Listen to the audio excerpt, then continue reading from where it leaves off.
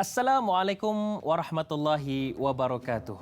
Alhamdulillah, selawat dan salam ke atas junjungan besar kita Nabi Muhammad sallallahu alaihi wasallam, dan alhamdulillah segala puja bagi Allah atas segala nikmat yang telah Allah kurniakan.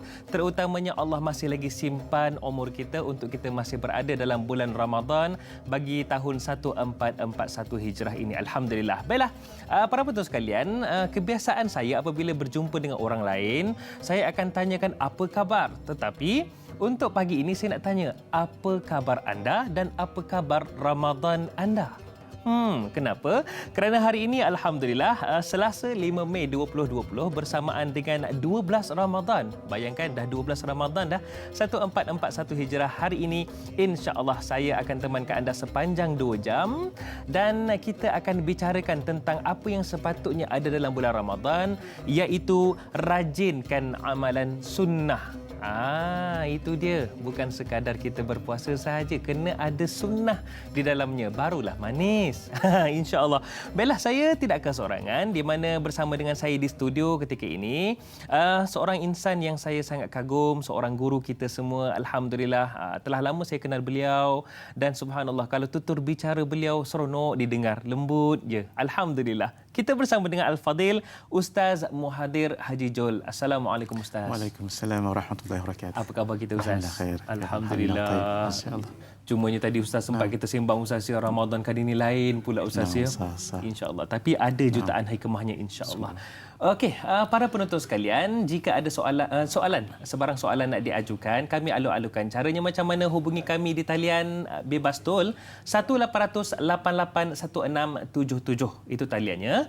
Ataupun anda boleh terus sahaja ke laman Facebook kami, Tanyalah Ustaz TV3, itu Facebook kami, ataupun menggunakan aplikasi WhatsApp di nombor 011-1233-6480. Baiklah, insya-Allah itu dia selesai saya maklumkan kepada anda semua. Baiklah, sebelum kita nak bersama dengan ulasan daripada Ustaz, mukadimah daripada Ustaz, ada sesuatu yang kita sediakan untuk kita sama-sama ambil pedoman, satu klip video yang disediakan oleh pihak penerbitan. Jom sama-sama kita tonton. Bismillahirrahmanirrahim. اللهم وفر حظي فيه من النوافل وأكرمني فيه بإحضار المسائل وقرب فيه وسيلتي إليك من بين الوسائل يا من لا يشغله إلحاح الملحين والحمد لله رب العالمين.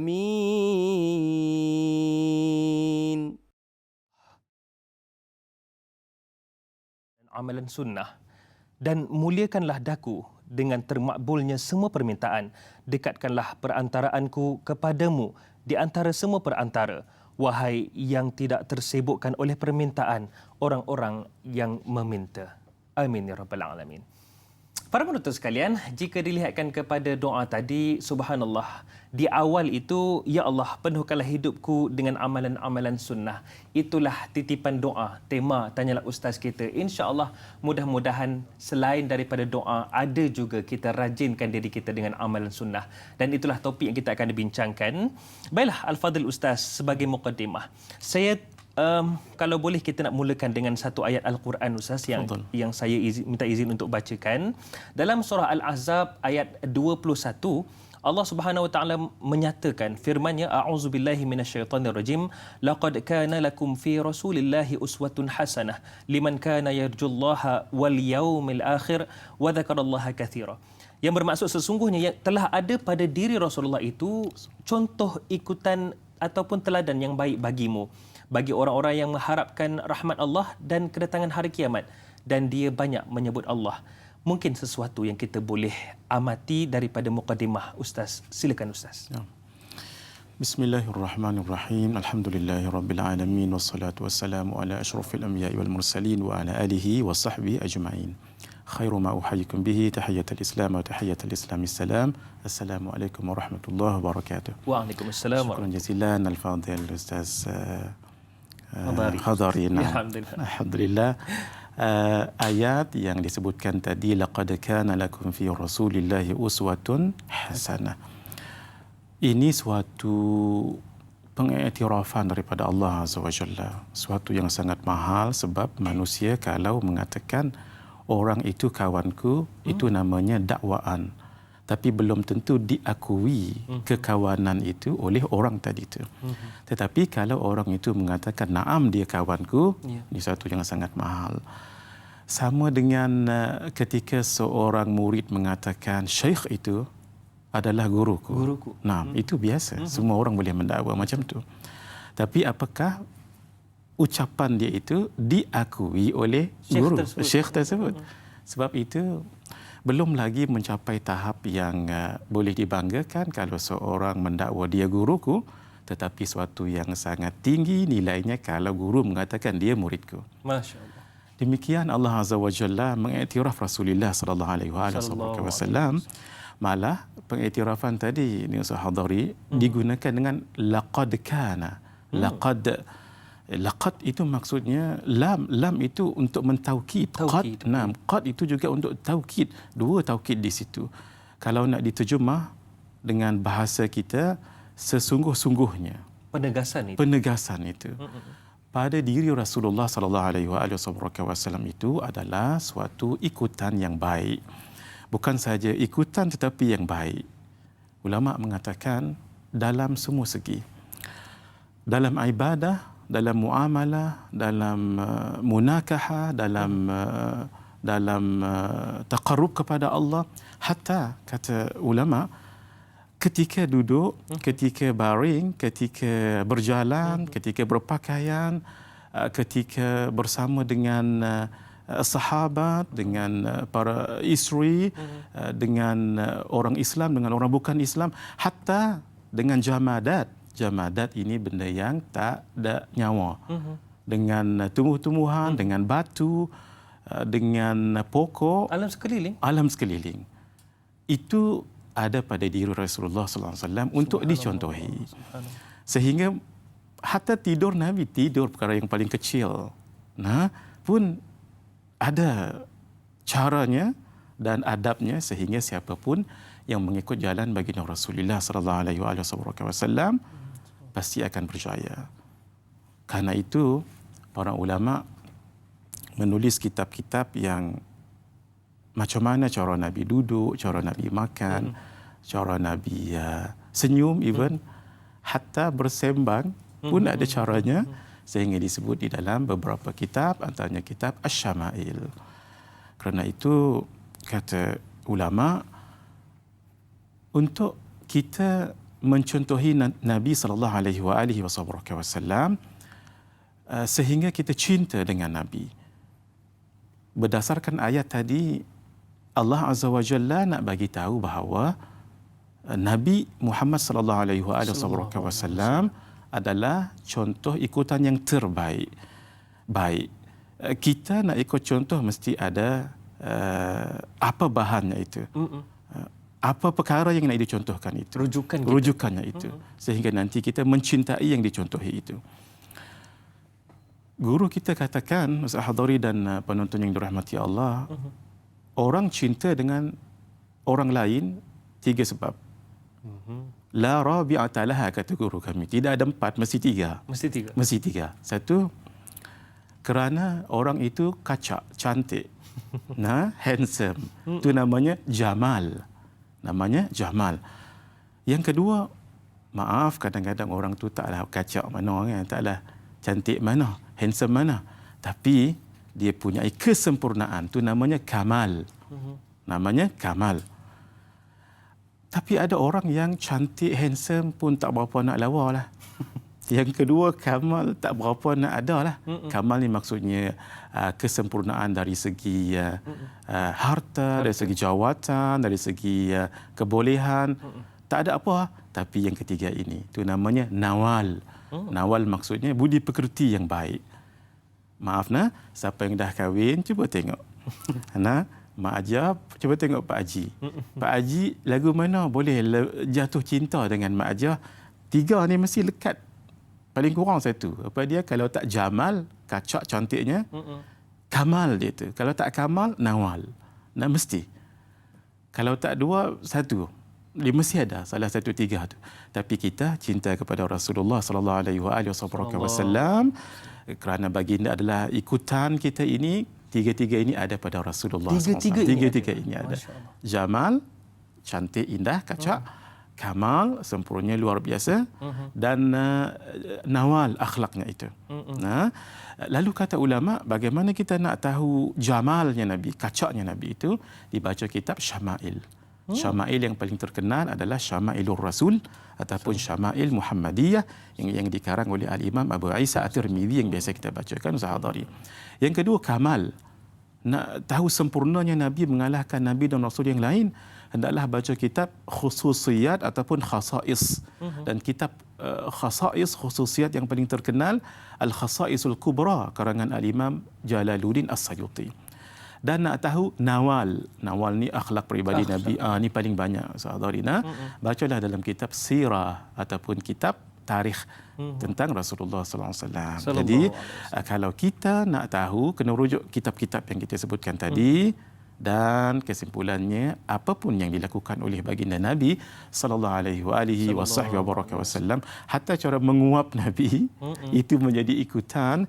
Nah, lebih lagi dalam bab peribadatan, dalam bab muamalah kita sebutkan tadi, dalam bab munakahat, dalam bab jinayat, itu semuanya menjadi cerminan. Yang cerminan itu sangat jelas, sebab kalau kita bercermin yang jelas, maka kita akan reflect diri kita dan tahu hatta di mana tai lalat kita di muka. Tapi kalau cerminnya kotor, kita pun confused. Mana mai tai lalat ni, kita pun tak tahu. Karena itu cerminan yang paling jelas adalah pada kehidupan baginda Rasulullah sallallahu alaihi wasallam. Masya-Allah. Itu dia Ustaz, satu mukadimah yang sangat padat bertepatan dengan apa yang Allah Subhanahu Wa Taala firmankan dalam surah Al-Ahzab sebentar tadi. Allahu akbar. Kesempurnaan Nabi sallallahu alaihi wasallam itu ada pada jamal, kamal dan juga nawalnya. Allahu akbar Ustaz, hebat itu Rasulullah sallallahu alaihi wasallam. Baiklah Ustaz, selain daripada kesempurnaan Rasulullah sallallahu alaihi wasallam, ada sesuatu yang Rasulullah tinggalkan buat kita semua. Yang mungkin para penonton boleh sama-sama kita amati. VT yang disediakan oleh pihak penerbit ini berkaitan dengan wasiat peninggalan Nabi sallallahu alaihi wasallam. Sama-sama kita tonton.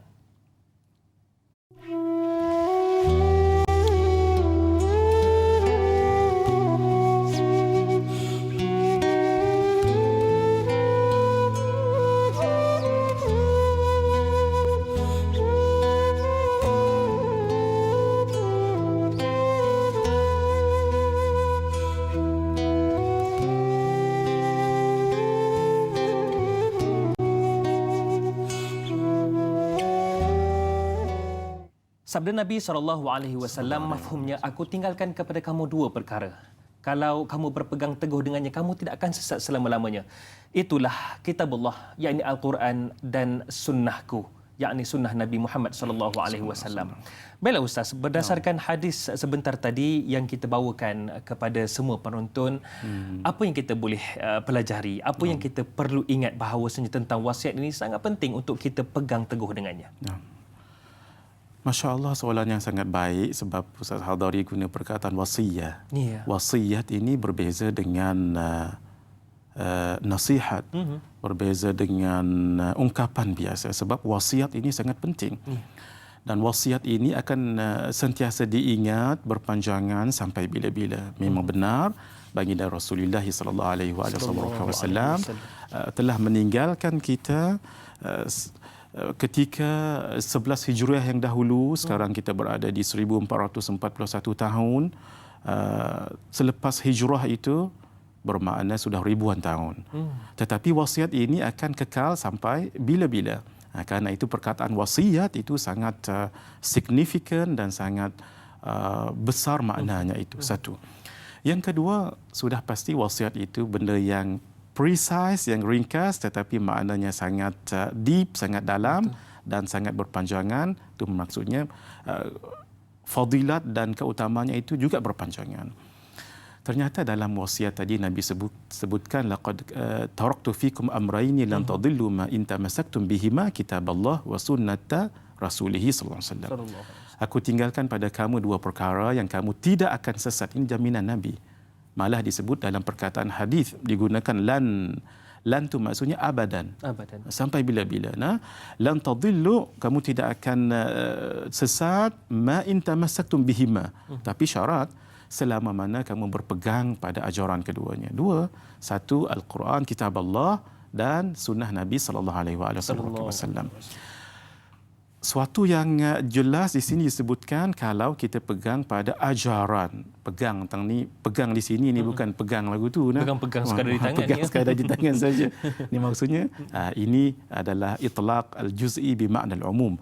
Sebut benda tu tapi maknanya umum. Nah, pegang di sini maksudnya berpegang pada ajarannya. Ya, dia ada mahdzuf di situ, ada takdirnya di situ. Jadi ajaran Al-Quran dengan ajaran baginda Rasulullah sallallahu alaihi wasallam, dan ajaran ini melingkupi ibadah, muamalah, munakahah, jinayat, demikian yang kita sebutkan tadi. Cuma benar ajaran Nabi dan wasiat Nabi sebegitu, pegang ajaran Al-Quran dengan ajaran Nabi sallallahu alaihi wasallam. Nah, ini sahih. Tapi persoalan, bagaimana kalau kita nak memegang hadis ini dan memahaminya? Apakah kita pegang Quran dan ambil ajarannya, kita baca hadis dan terus berhukum dengannya? Jawapannya tidak. Tidak. Kenapa? Sebab itu Nabi sallallahu alaihi wasallam dan Allah peringatkan tentang kepentingan ulama itu. Innama yakhshallah min ibadihi al-ulama. Al-ulama warathatul anbiya. Wirathah an-nubuwah, yang tahu kandungan Quran dengan hadis adalah ulama. Sehingga kata para alim ulama, benar pegang pada Al-Quran, benar pegang pada hadis tidak akan sesat. Naam. Tetapi bagaimana cara berpegang dengan ajaran Quran dan hadis mesti melalui ulama. Naam. Kenapa? Sebab ulama lah yang tahu isi kandungannya, sebab mereka sudah menguasai yang namanya bahasa Arab dengan segala ilmu dan pecahannya, menguasai akan ilmu tafsir, menguasai ilmu hadis, menguasai akan kaedah fiqhiyah, yang fiqh yang itu bukan boleh dikuasai orang sebarangan. Nah, kerana itu untuk memahami Al-Quran dan sunnah itu mesti melalui para alim ulama, wirathatul anbiya. Nah, kalau Nabi masih hidup, maka ulamanya yang ketua pada seluruh ulama baginda Rasulullah sallallahu alaihi wasallam. Nah, ketika baginda sudah tidak ada, ketua pada seluruh ulamanya adalah para sahabat. Apabila sudah tidak ada sahabat, maka tabi'in. Tidak ada tabi'in, tabi'in. Maka zaman kita sekarang semuanya sudah tidak ada, maka kita hendaklah berpegang kepada para alim ulama yang ahli. Bukan semua alim ulama yang ahli. Kalau dalam bab fiqh, maka kembali pada fuqaha. Kalau dalam bab hadis, kembali pada muhaddithin. Kalau bab Quran dan tafsir, kembali pada mufassirin. Sama juga kalau dalam bab bacaan Al-Quran, tajwid, itu kepada yang qari, orang yang mendalami ilmu Al-Quran. Itu yang namanya ulama yang specialize dalam bidang masing-masing. Nah, jadi pentingnya berpegang pada ulama. Itu dia Ustaz ya. Bagaimana dilihat kepada huraian Ustaz tadi menunjukkan bahawasanya ilmu itu luas Ustaz ya. Ada ilmu fiqhnya, ilmu tafsirnya dan berbagai lagi. Penting, ya memang benar kita berpegang kepada Al-Quran dan Sunnah, tetapi yang dipermudahkan oleh ulama itu yang sebagai orang yang ahlinya. Subhanallah. Baik Ustaz, cantik juga kita bawakan satu soalan daripada penonton kita ini yang telah hantarkan soalan di WhatsApp. Encik Muhammad dari Kuala Lumpur. Katanya, Assalamualaikum Ustaz Muhadir dan Da'i Hadari. Waalaikumsalam. Apakah perbezaan antara sunnah dan sunat? Apakah amalan sunnah yang lebih utama untuk kita amalkan? Mohon pencerahan daripada Ustaz. Silakan Ustaz. Nah, Masya Allah, soalan yang brilliant. Supaya kita jangan keliru apa itu sunnah, apa itu sunat. Nah, sangat bagus sekali, Masya Allah. Sunnah itu, tapi kalau dalam bahasa Arab sama ya. Sunnah itu sama saja. Cuma kita beza dalam bahasa Melayunya lebih jelas. Kalau sunnah itu kalau mengikut ulama muhaddithin dalam ulumul hadis, kalau sunnah itu ada 3 komponen. Ma sadara anin Nabi sallallahu alaihi wasallam qawlan aw fi'lan aw taqriran Mimma laisa minal umuri tabi'iyah. Apa-apa yang terbit, yang keluar daripada Nabi dari segi perbuatan. Apa yang Nabi buatlah, iaitu solat, kemudian makan, berjalan, itu sunnah. Ataupun Nabi tak buat pun, tetapi Nabi sebut dengan hadisnya itu. Nah, itu yang nantinya hadis itu adalah di bawah payung sunnah. Sunnah itu memayunginya, ada 3 komponen. Apa yang Nabi buat, apa yang Nabi sebut, ataupun apa yang Nabi takrir. Takrir Nabi tak buat pun. Nabi tak sebut pun, tetapi Nabi akui. Contoh, ketika Sayyidina Khalid ibn Walid offer Nabi untuk makan dhab. Dhab adalah biawak padang pasir. Ketika Nabi nak makan, lalu ada sahabat lain mengatakan, innahu dhab ya Rasulullah. Ya Rasulullah, itu dhab. Nabi pun tak makan. Lalu Sayyidina Khalid ibn Walid yang ketika itu bersama dengan Nabi, aharamun hadha ya Rasulullah, apakah haram? Rasulullah tak makan pasal haramkah? Nabi mengatakan, la, bukan. Tapi saya tak biasa, tempat kami tak makan hari ini. Itu maksudnya takrir. Nah, Nabi tak kata halal, tak kata haram, tapi Nabi tak buat, bukan bermakna itu haram. Itu takrir. Nah, itu namanya sunnah. Maksudnya sunnah itu sangat luas sekali. Sehingga hadis itu termasuk di dalam sunnah. Tapi hanya satu komponen sahaja. Dia ada 3 komponen tadi, iaitu perbuatan, perkataan dan takrir. Itu namanya sunnah. Yang ini kita pun bicara bab ini sekarang ini. Iaitu apa yang Nabi buat, apa yang Nabi sebut, apa yang Nabi takrirkan. Cuma perbincangan kita kalau melihat tajuk lebih kepada perbuatan. Ini hadirina. Naam. Kalau dilihat dalam bab fiqh, berbeza pula yang dikatakan sunnah itu. Naam. Sunnah, apa yang dibuat oleh Nabi, tapi lebih lagi terperinci. Apa dia? Dia ada istilah yang namanya hukum taklifi. Hukum yang membebankan ataupun taklif. Sehingga kita jadi terasa beban, tu namanya mukallaf. Tu yang ada 5 tu. Iaitu yang wajib, sunat, harus, makruh dan haram. Tu yang sunat ni kita cerita. Hak sunat ni sunat ini adalah sunnah itu. Sunat ini adalah sunnah itu. Kenapa? Ini dibuat oleh Nabi. Kalau Nabi tak buat pun, Nabi habaq mai. Nabi bagi tahu. Jadi kita pun jadi buatnya itu. Jadi sunnah dalam bab hadis sudah kita bicarakan 3 komponen. Sunnah dalam bab fiqh, ma yuthabu fa'iluhu wa la yu'aqibu tarikuhu. Sesuatu yang dibuat dapat pahala, tinggal tak berdosa. Hak tu kita nak campur 2 pagi ni, cerita bab sunnah dan sunat. Sehingga apa yang kita buat itu dapat pahala semuanya. Jadi jangan kelirulah kita ni, apa benda sunat sunnah pula ni, halai. Tapi Ustaz, yang pentingnya telah dihuraikan daripada Ustaz. Alhamdulillah. Cumanya Ustaz, satu lagi soalan daripada sahabat kita tadi, bertanyakan apa amalan sunnah yang utama kita boleh lakukan. Jadi insya-Allah jawapannya sebentar lagi Ustaz, ya. Jadi kepada anda semua, titipan doa, terus berdoa dan terus setia bersama kami. Banyak lagi perbincangan kita nantikan selepas ini.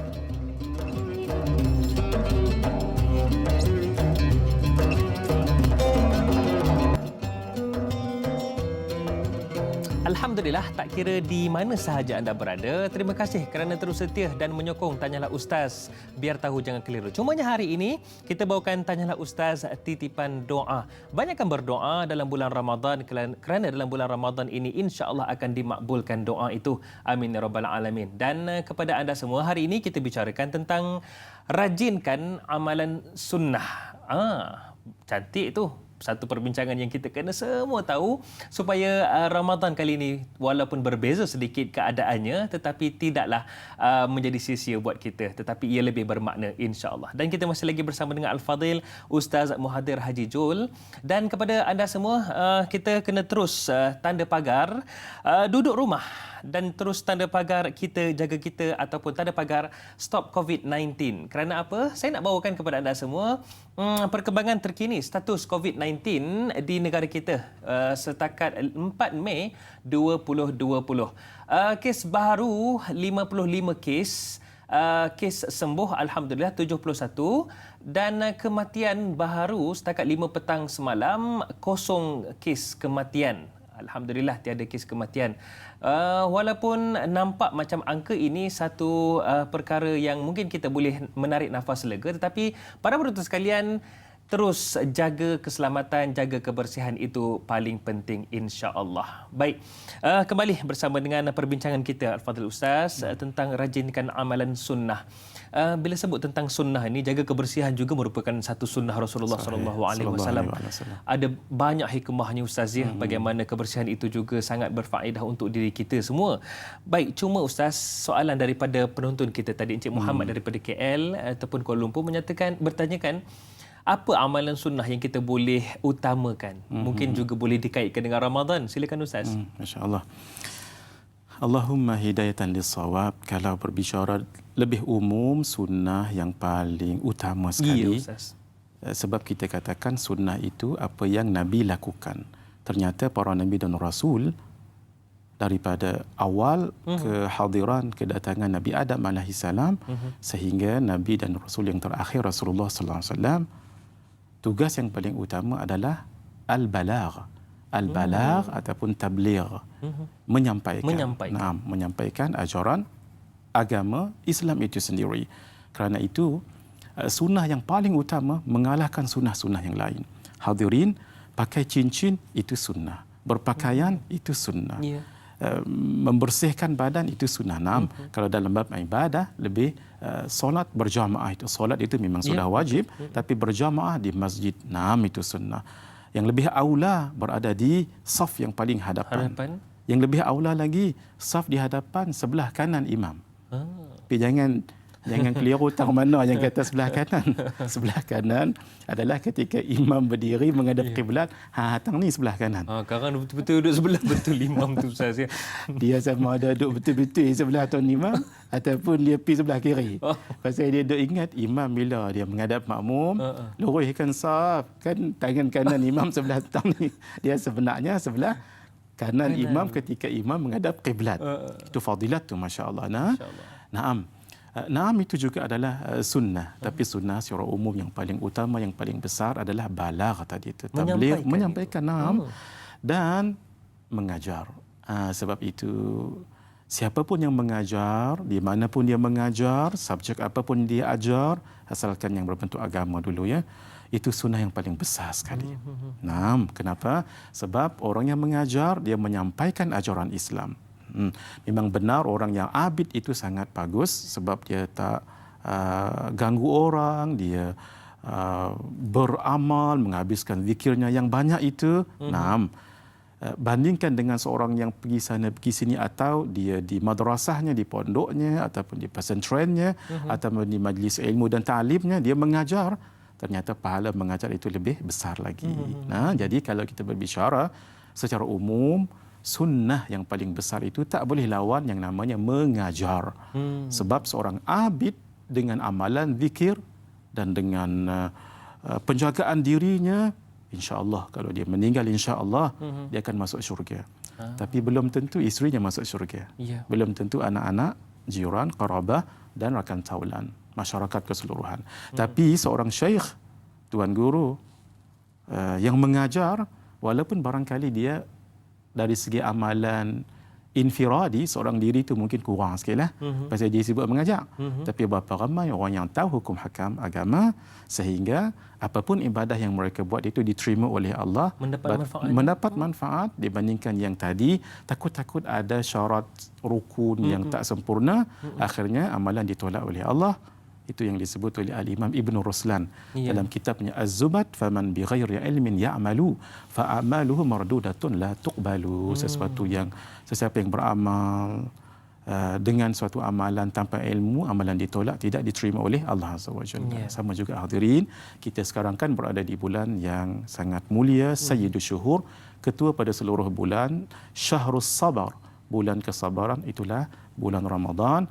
Sangat banyak perkara sunnah dan sunat yang kita lakukan, hatta kalau nak di list down lah, hadirin, Allahu Akbar, lama banyak sangatlah. Semua hak sunat-sunat luar daripada Ramadan semua masuk dalam Ramadan. Tambah lagi yang special umpamanya sahur malam tadi itu.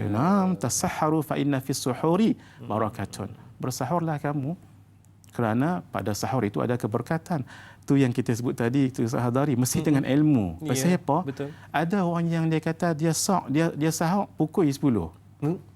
Ada yang kata dia 10 malam tadi. 10 malam tadi sebelum tidur. Sebelum tidur. Dia sahur pukul 11.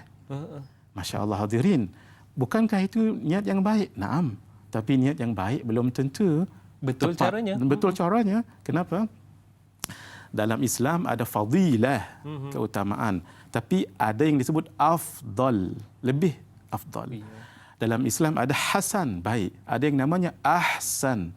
Karena itu nak dapat fadilat sahur, dia mesti selepas tengah malam. Ya, itu dia Ustaz. Kalau sebelum tengah malam tak nak masuk lagi. Itu moreh ke apa Itu semua kan. moreh, Ustaz. Itu satu. Tapi nak dapat fadilat sahur itu lebih lagi, iaitu 1/3 malam yang akhir.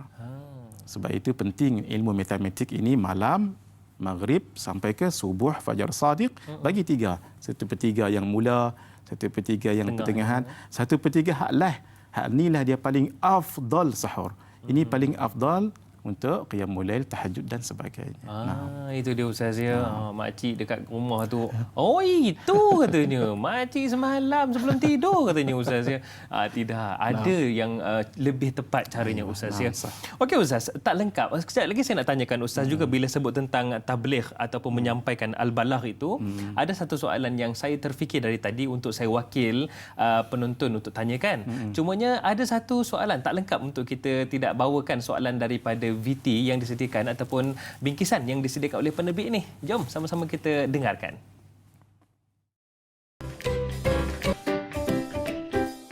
Assalamualaikum Ustaz. Saya nak tanya, adakah doa kita dimakbulkan apabila kita mengamalkan amalan sunnah? Apakah ada hubung kait di antara keduanya? Minta Ustaz jelaskan sikit. Terima kasih. Apakah doa kita akan dimakbulkan apabila kita menguatkan ia dengan amalan sunnah? Itu lebih tepat mungkin. Bagaimana Ustaz untuk menjawab soalan tersebut? Nah, Masya Allah. Orang yang mengamalkan sunnah, dia akan lebih dekat kepada Rasulullah sallallahu alaihi wasallam. Naam, dia mengamalkan sunnah, dia mengamalkan sunnah itu pun sudah dapat pahala. Belum lagi sunnah itu sendiri, mengamalkan sunnah itu. Naam. Baik. Contoh, orang yang selepas solat subuh, pasal kita ni dekat sangat dengan subuh ni. Nah, solat subuh tu bagus. Dan di masjid lebih baik. Kerana kita dalam tempoh PKP sekarang ini bersama dengan keluarga di rumah. Nah, bila kita duduk tahiyat akhir, salam, Assalamualaikum warahmatullahi wabarakatuh. Assalamualaikum warahmatullahi wabarakatuh. Kaki ni jangan dirongkaikan. Jangan dirongkaikan sehingga kita khatam dan habis membaca La ilaha illallah wahdahu la syarikalah lahul mulku wa lahul hamdu yuhyi wa yumit wa huwa ala kulli syai'in qadir. Ada riwayat tidak sebut yuhyi wa yumit. Ala kulli hal dua-dua boleh dibuat. Nah. Baik, 10 kali jangan dirongkaikan. Nah, pahalanya sangat besar sekali. Yang saya nak kaitkan, duduk begitu sahaja 10 kali dengan niat mengamalkan sunnah sudah dapat pahala sunnah. Di situ sahaja? Situ sahaja. Hanya sekadar duduk? Sekadar duduk dan jangan rongkaikan kaki. Nah, itu sudah dapat pahala sunnah. Apa dia pahala sunnah? Nabi sebutkan, Man ahya sunnati inda fasadi ummati falahu ajru syahidin. Atau kama qala Rasulullah SAW. Siapa yang amalkan sunnahku di akhir zaman, sunnah sudah banyak tidak dilakukan, baginya pahala 1 mati syahid. Allah. Duk tang tu ya. Tapi sabarlah 10 kali lah. Jangan dirongkaikan kaki. Maksud buat sunnah saja sudah dapat pahala sunnah. Belum lagi sunnah itu ada lagi ganjarannya tu. Naam, 1 kali baca berapa ganjarannya dan sebagainya, itu panjanglah perbicaraannya. Jadi, siapa yang mengamalkan sunnah bermakna dia dekat dengan Nabi sallallahu alaihi wasallam, sebab itu kan dibuat oleh Rasulullah sallallahu alaihi wasallam. Lalu ketika dia dekat dengan Nabi, maka lebih senang doanya dimakbulkan oleh Allah. Karena itu apa kaitannya? Kaitannya ialah orang yang mengamalkan sunnah, dia mendekatkan dirinya dengan ajaran Rasulullah sallallahu alaihi wasallam. Ajaran Nabi ini kan dibuat oleh Nabi. Nabi itu kan dekat kepada Allah, malah mendapat title Habibullah. Nah, karena itu berbuat perkara itu, maka lebih senang doa dimakbulkan oleh Allah Azza wa Jalla. Masya Allah. Ada kaitannya? Naam, sangat kuat kaitannya. Naam. Itu dia Ustaz ya. Allahu Akbar. Duduk saja pun dapat pahala sunnah itu ya, subhanallah. Okey Ustaz, sebelum nak kita bawakan soalan daripada penonton kita di Facebook, tadi menjawab soalan daripada Encik Muhammad daripada Kuala Lumpur, Ustaz ada sebutkan tentang al-balagh itu. Jadi mungkin saya dapat menjadi wakil bagi para penonton. Bagaimana Ustaz jika kita menyampaikan tetapi mungkin kita boleh kaitkan dengan keadaan semasa menggunakan media sosial. Macam mana Ustaz? Contoh, mari sama-sama kita berbuka dengan kurma. Contoh Ustaz ya. Macam mana tu Ustaz? Naam. Alhamdulillah, soalan yang baik dan praktikal. Sangat praktikal. Especially kita ini berada di zaman yang tidak seperti zaman Rasulullah sallallahu alaihi wasallam. Dan Nabi sebutkan kalimun nas ala hasba uqulihim. Berbicaralah dengan manusia ikut akal mereka. Ya. Maksud kalau budak kecil janganlah bawa dalil Quran dan hadis. Ya, betul. Secara budak kecil dengan orang tua dengan cara orang tua, dengan orang yang intelektual dengan cara intelektual, dengan cara orang yang biasa dengan cara biasa. Nah, ini satu isyarat daripada Nabi kalau orang pun sebegitu, bagaimana dengan zamannya. Nah, yang serba canggih sekarang ini. Ya, jadi yang dikatakan ghayah iaitu hadaf, iaitu tujuan, tujuannya nak menyampaikan. Adapun yang kita sebutkan dengan cara orang panggil medsos sekarang ini, media sosial ini, itu adalah wasilah. Maka apapun wasilahnya, asalkan sampai kepada ghayah, kepada tujuannya, dan wasilah itu baik, itu tidak jadi masalah, boleh sahaja. Nah, kalau zaman Nabi dahulu secara berdepan sebeginilah. Nah, kemudian orang ini akan sampaikan hadis kepada orang lain setelah dia mendengar daripada sumbernya tadi itu. Kalau zaman kita alhamdulillah sebenarnya pahala lebih senang kita dapat. Kita berbicara sebegini kan Ustaz Hadari, berapa ramai yang lihat ni. Masya-Allah. Dan berapa ramai yang dapat manfaat. Begitu juga kadang-kadang yang tadi itu. Kita tak ada pun tulis dekat status Facebook ataupun IG apa tak tahu. Makanlah kurma. Makanlah kurma. Nah, itu sunnah Nabi. Pitbuh tambah sikit lah. Apa ni, bagi explanation lah sikit. Makanlah kurma ketika berbuka puasa. Sekali orang makan kurma tengah hari, sekali batal puasa. Ketika berbuka tu kena tegaskan tu. Nah, kalau boleh lagi sedikit precise. Makanlah kurma ketika berbuka puasa nanti. Nombor 1, ratab. Kita kan biasa sebut kurma, bila kurma semua kurma. Itulah. Nah, sebenarnya kalau sunnah Nabi mula-mula sekali dengan ratab. Ratab ini adalah kurma muda. Nah, warna dia kekuning-kuningan, orange sedikit begitulah. 3 biji. Nah, baik. Kalau tak ada kurma, baru kita makan tamar. Kalau kita tamar, semua jenis tamar lah. Jadi kurma itu kurma muda. Yang kedua tamar yang warna coklat-coklat sikit tu. Kadang-kadang warna hitam. Jadi tak ada ratab, baru kurma, baru tamar. Semua nama kurma, dates kita kata kan. Tapi dia ada jenis dia. Itu yang kata ilmu tadi tu nah. Jadi ratab dahulu, kalau tak ada tamar, kalau tak ada ayak. Ayak ataupun air biasa. Nah, setengah ulama mengatakan makan dulu hulwun. Hulwun ni benda manis tapi tak kena api. Baik. Contohnya madu dan sebagainya. Tak ada, barulah halwa. Halwa tu benda yang manis juga. Manis, karimol ke apa semua kan. Lagu tu. Itulah hadirin. Boh dalam status pun dapat juga pahala. Yang kata balagh ataupun tabligh itu dalam pelbagai cara. Yang penting ghayah tadi sampai. Tujuan itu sampai. Baik, subhanallah, mudahnya nak dapat pahala sunnah itu, menyampaikan pun dapat pahalanya insya-Allah. Baiklah Ustaz, kejap lagi ada juga soalan berkaitan dengan nabi-nabi lain. Macam mana? Apakah soalannya tu? Nantikan selepas ini Tanyalah Ustaz Titipan Doa. Terus setia bersama dengan kami.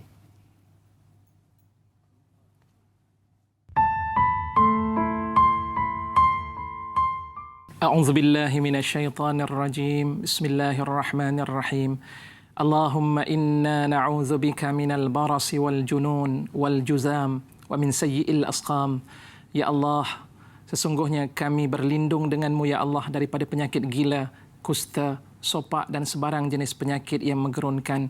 Rabbana atina fid dunya hasanah wa fil akhirati hasanatan wa qina adzabannar. Walhamdulillahi rabbil alamin. Taqabbalallahu minkum.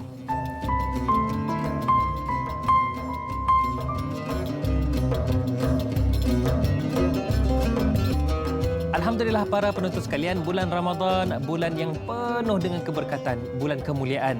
Jadikanlah Ramadan kali ini Ramadan yang bermakna buat kita, yang mana segala amalan dalam bulan Ramadan ini akan menjadi saksi buat kita ketika mana kita berada di hadapan pengadilan Allah Subhanahu Wa Taala nanti.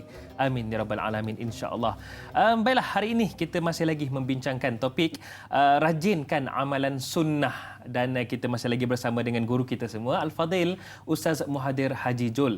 Dan sebenarnya tadi Ustaz ada ceritakan bagaimana walaupun menyampaikan perkara yang baik, paling kecil pun mari sama-sama kita berbuka sebentar lagi dengan kurma, itu pun dapat pahala Ustaz ya. Ingat, kurma bukan masak kurma ayam atau kurma daging tu dulu yang disentuhnya. Rotab ya, ataupun kurma muda, insya-Allah. Okey Ustaz, jika dilihatkan kepada apa yang kita bincangkan ini berkisarkan dengan sunnah Nabi Muhammad sallallahu alaihi wasallam ya Ustaz ya. Cumanya ada satu soalan yang mungkin kita boleh bawakan daripada Puan Melu Ismail, penonton setia kita di Facebook ni. Katanya, Assalamualaikum Ustaz dan da'i serta kru yang terlibat. Seperti mana yang kita ketahui, Nabi Muhammad sallallahu alaihi wasallam banyak amalan sunnahnya untuk kita ikuti. Saya ingin bertanya, apakah nabi-nabi lain ada amalan sunnahnya seperti mana Nabi Muhammad sallallahu alaihi wasallam? Mohon penjelasan daripada Ustaz. Silakan Ustaz. Nah. Allahumma hidayatan lis-shawab, soalan yang sangat baik untuk kita tahu juga. Sebab bila disebut Muhammad Rasulullah, Rasul itu adalah suatu entiti yang Nabi, naam, Rasul yang terbaik. Yang kedua, mengaitkan juga dengan Nabi dan Rasul yang lain. Sebab itu kalau kita beriman kepada para Rasul, bukan beriman kepada Rasul Nabi sahaja, tapi kepada para Rasul. Tetapi kata ulama, cukup dengan kita bersyahadah dengan syahadah kerasulan Rasulullah sallallahu alaihi wasallam, itu mengaitkan semua rasul-rasul dan nabi yang lain. Dari satu segi memang itu menunjukkan kemuliaan Rasulullah sallallahu alaihi wasallam. Naam. Dari segi sunnah nabi dan rasul yang lain, naam, sudah pasti sebab mereka juga punya sunnah dan amalan yang mereka lakukan.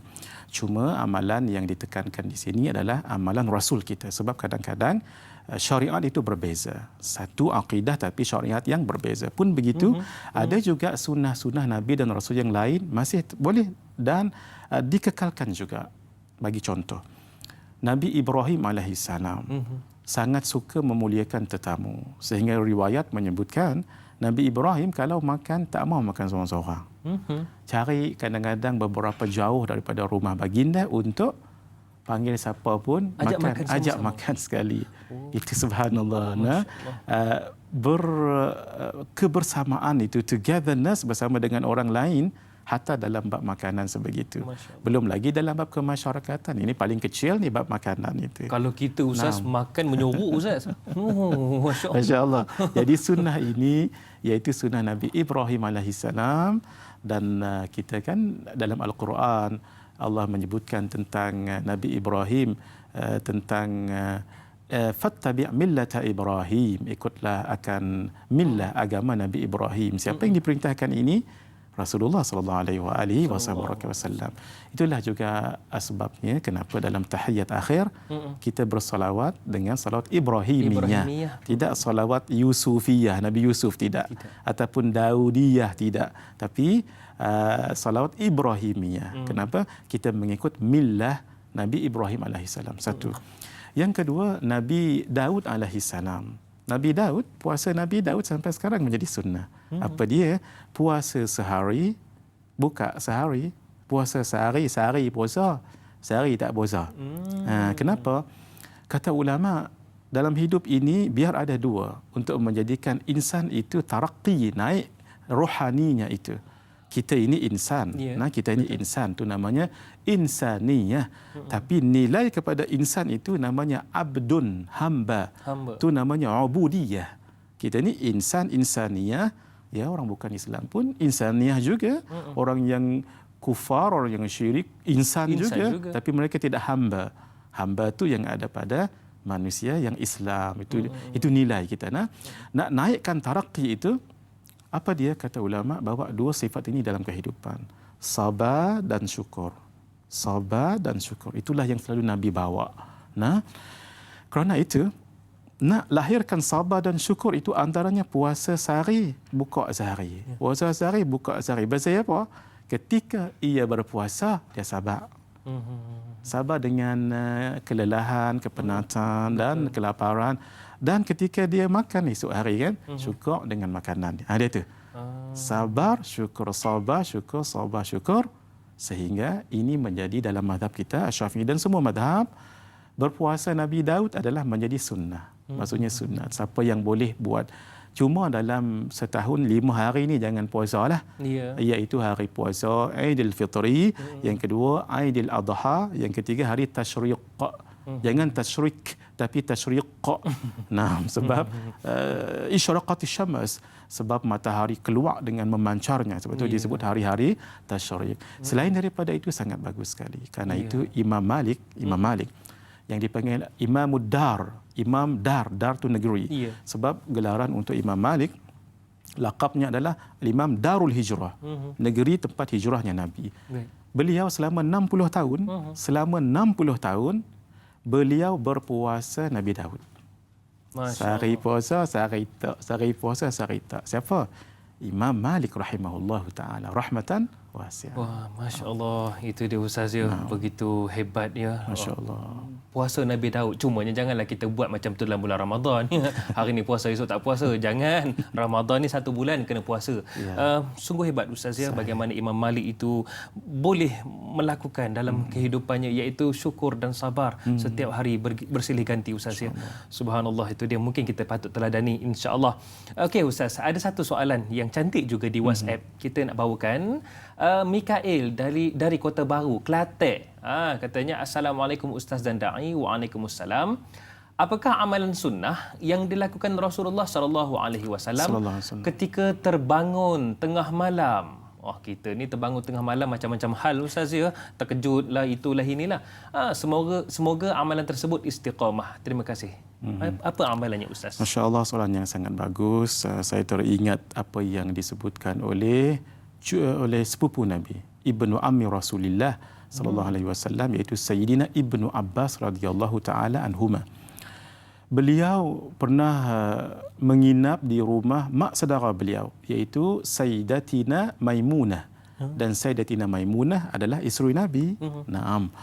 Lalu beliau melihat satu malam Nabi bangun tengah malam. Kita nak jawab soalan tadi tu nah. Ya, betul. Bila Nabi bangun tengah malam, dia perhati, ternyata Nabi Nabi duduk sekejap dan Nabi baca doa, Alhamdulillahilladzi ahyana ba'dama amatana wa ilaihin nusyur. Kita baca tu dah. Itu sunnah Nabi sallallahu alaihi wasallam.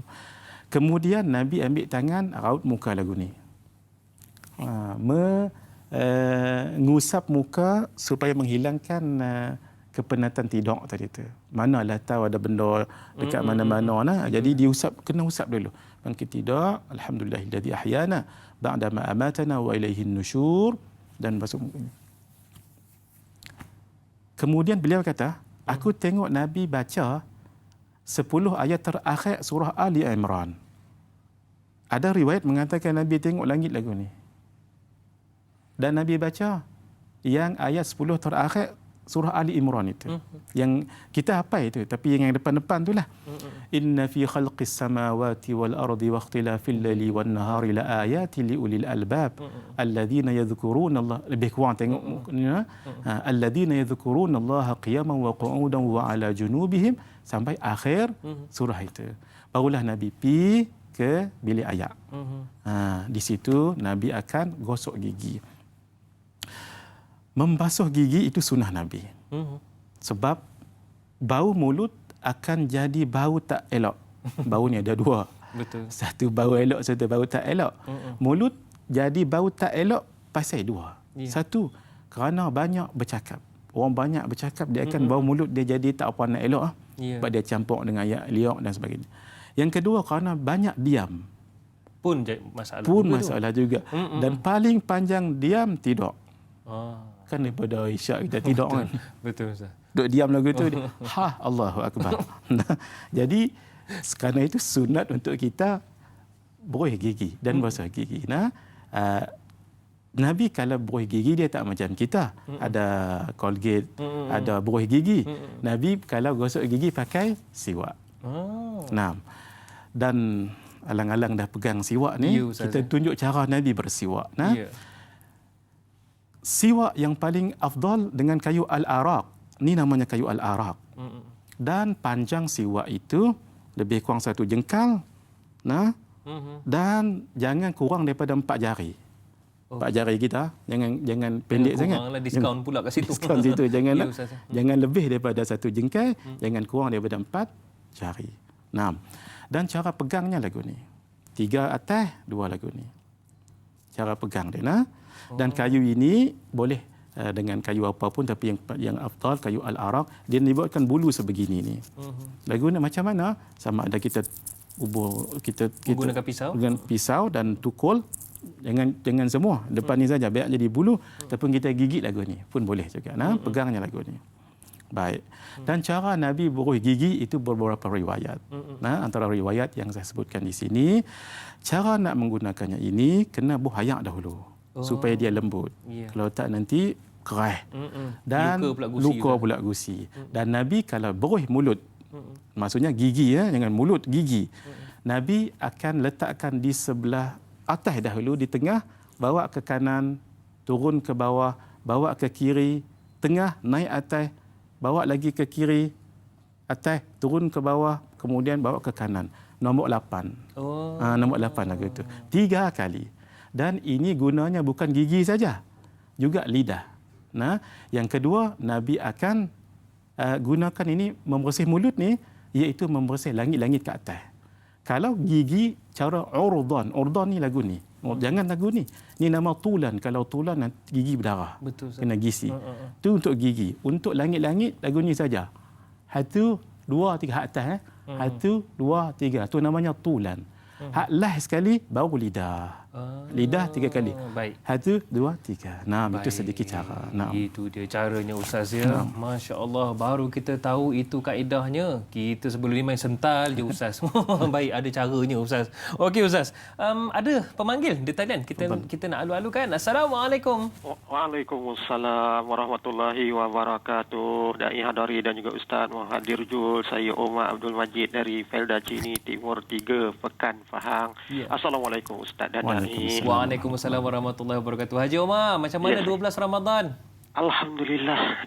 Dai, setakat hari ini alhamdulillah lagi lah, walaupun kita dalam perintah PKP sekalipun. Jadi alhamdulillah bolehlah dengan berjalan dengan baik, insya-Allah lah, sehingga ke hujung Ramadan. Itu yang kita harapkan lah, saya harapkan. Jadi soalan saya begini Ustaz ya. Kadang-kadang kita ni dengar bila ni hadir solat Jumaat, walaupun dalam PKP ni kita tak boleh nak pergi solat Jumaat ya Ustaz ya.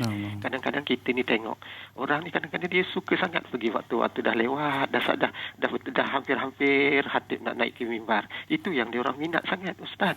Ni dai. Ni kadang-kadang kita pelik juga, sedangkan itu benda tu kalau Nabi dulu suruh kita pergi solat Jumaat tu awal. Tapi kita tak nak. Kerana apa? Kita rasa benda tu tak perlu ikut sunnah Nabi itu. Janji kita buat solat Jumaat. Itu pada pandangan mereka. Apakah di sudut pandangan Islam dan juga Ustaz sendirilah, orang yang suka sangat lewat-lewat untuk mengerjakan solat Jumaat ini, sedangkan dia tahu yang pergi awal ke solat ke masjid itulah juga salah satu sunnah Nabi yang perlu kita ikut. Itu soalan saya Ustaz dan Dai. Terima kasih banyak Ustaz dan Dai. Assalamualaikum. Waalaikumsalam warahmatullahi wabarakatuh. Ya Ustaz. Terima kasih Haji Omar atas soalan tersebut. Memang betul Ustaz. Kadang tu ada yang lambat, katanya sebab apa? Senang nak keluar kejap lagi. Tak, bukan saya buat, tidak. Ni negara lain, orang daripada negara lain. Macam mana Ustaz selalu melambat-lambatkan untuk pergi solat Jumaat, sedangkan dalam hadis Nabi SAW menganjurkan kita untuk berawal ketika ke masjid hari Jumaat itu. Silakan. Sahih. Masya-Allah. Terima kasih Al-Fadhil Ustaz Omar atas soalan-soalan yang sangat baik, dan beliau juga bagi saranan kadang-kadang yang sangat bagus untuk kita sama-sama ikuti. Naam, sunnah Nabi hari Jumaat itu memang khas dalam kitab hadis. Bab hari Jumaat tu memang khas sebenarnya, Ustaz Hadari. Bukan setakat pergi Jumaat sahaja berpakaian. Jadi kerana itu kalau boleh hari Jumaat biarlah kita semua serba berpakaian putih. Itu yang diajar oleh guru kami Al-Fadhil Syekh Muhammad Nuruddin Merabu Al-Banjari dan guru kita yang lain juga. Yang kedua, mandi untuk hari Jumaat. Mandi hari Jumaat itu paling afdal bila nak pergi solat Jumaat. Bila nak pergi tu persoalan tadi tu. Bila nak pergi tu. Nah, taib. Kalau nak pergi solat Jumaat ketika tu mandi supaya kita lebih segar. Cuma bila tu? Nabi SAW sebut orang yang pergi solat Jumaat dan waktu pergi itu berbeza dari segi fadilat dan kelebihan. Orang yang paling awal dia seumpama dia bersedekah seekor unta. Masya-Allah. Naam. Yang kedua awal tak boleh lawan yang utama lah. Yang kedua awal dia seumpama bersedekah seekor lembu. Nah, kemudian barulah kambing. Nah, kemudian hak last sekali adalah seperti ayam. Bersedekah ayam. Nah, saya teringat guru kami Syekh Ahmad Fahmi Zamzam Al-Banjari An-Nadawi Al-Maliki, ada juga riwayat mengatakan hak last sekali telur ayam. Jadi telur ayam. Nah, jadi kata guru kami Syekh Ahmad Fahmi Zamzam, kita sekali-sekala daftarkanlah diri dalam kelab unta. Maksudnya yang bersedekah unta. Ni sepanjang minggu telur saja. Ataupun ayam saja. Kerana itu, bila yang paling awal itu khilaf ulama. Kalau ikut Al-Imam Al-Ghazali rahimahullah dalam kitab Ihya Ulumuddin, beliau mengatakan paling bagus bila? Ba'da subhi. Allah. Daripada selepas subuh. Lepas subuh kan kita di masjid tempat kita ataupun di surau tempat kita, di rumah sekalipun kalau tak ada kesempatan ke sana, lepas itu terus pergi ke masjid. Masjid mana? Masjid Al-Jami', iaitu masjid yang jami' yang didirikan Jumaat di situ. Nah, kalau ke Imam Al-Ghazali lepas subuh, kita tak tahu lagi lepas subuh pergi mana, tak tahu. Nah, jadi kerana itu ulama katakan ma la yudraku jullu la yutraku kullu. Apa yang tak boleh buat semua jangan tinggal semua. Kalau tak boleh seawal subuh, ambillah waktu-waktu yang elok. Cuma sesuai dengan keadaan kita masing-masing lah. Orang yang bekerja ada caranya, nah. Tapi janganlah setiap minggu telur ayam saja. Nah, ataupun ayam saja. Ubahlah nah. Jadi kerana itu kalau kita nak dapat sunnah Nabi SAW paling kurang jangan yang paling lah. Cuma yang awal itu bila ikut kemampuan masing-masing. Itu dia Ustaz ya. Kadang kita terlepas pandang mungkin ataupun nak diskaun sangat telur ayam je Ustaz ya. Jangan diskaun-diskaun. Kalau boleh kita lakukan yang sebaik mungkin, terutamanya berawal untuk ke masjid ketika hari Jumaat Ustaz ya. Tapi itulah dalam tempoh PKP ni rindu pula Ustaz ya nak pergi solat Jumaat. Insya-Allah moga-moga satu hari nanti keadaan pulih seperti sedia kala. Amin ya rabbal alamin. Baiklah para penonton sekalian, biasakan diri untuk menjalani kehidupan norma baharu. Dakwah biar tanyalah Ustaz sampaikan. Biar tahu jangan keliru. Kembali selepas ini.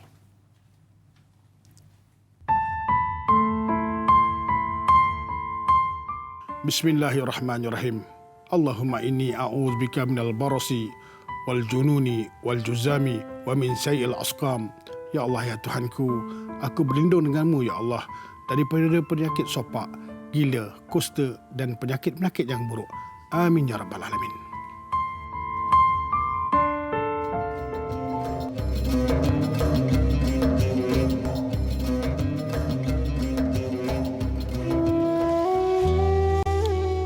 Dari Abu Hurairah radhiyallahu anhu bahawa Rasulullah sallallahu alaihi wasallam bersabda, "Jika tidak membebankan umatku, nescaya akan aku perintahkan mereka agar persugi."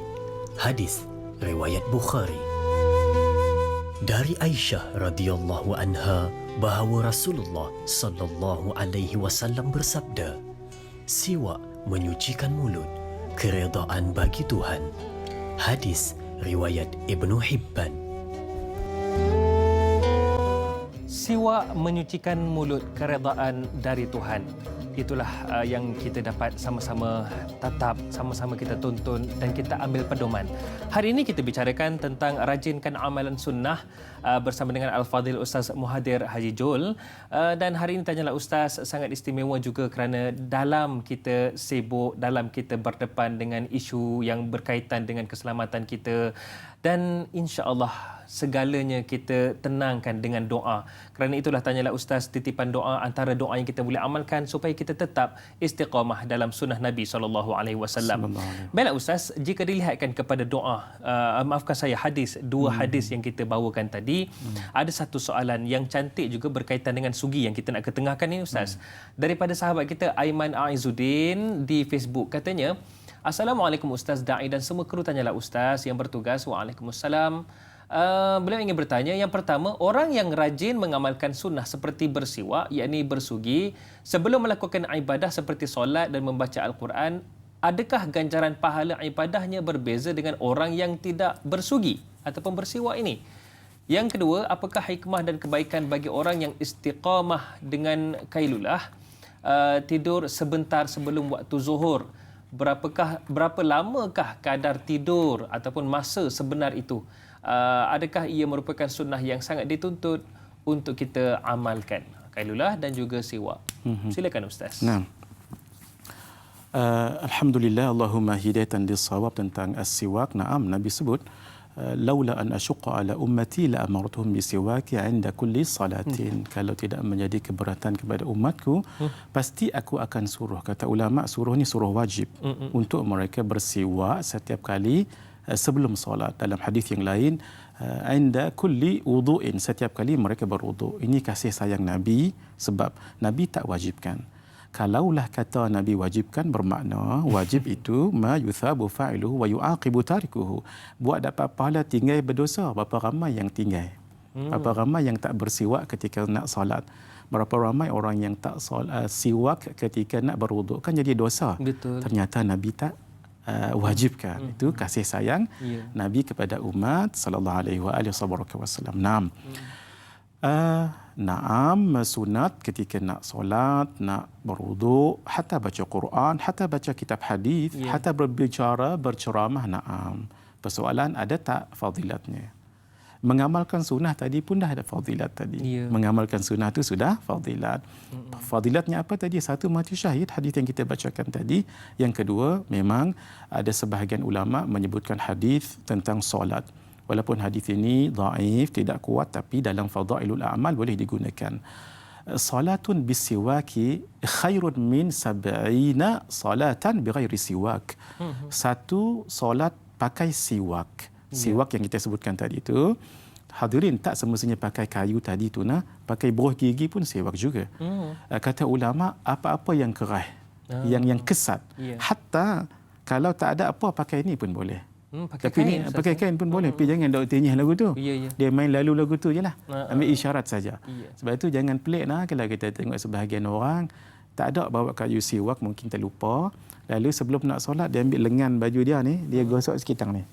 Jangan tenyih banyak sangat. Itu antara nak ambil fadilat sunat tadi tu, tapi tak boleh lawan lah pakai siwak tadi tu. Naam. Satu solat yang dikerjakan dengan bersiwak, hadis tadi sebut, lebih baik daripada 70 solat yang tidak pakai siwak. Lebih baik. Lebih baik.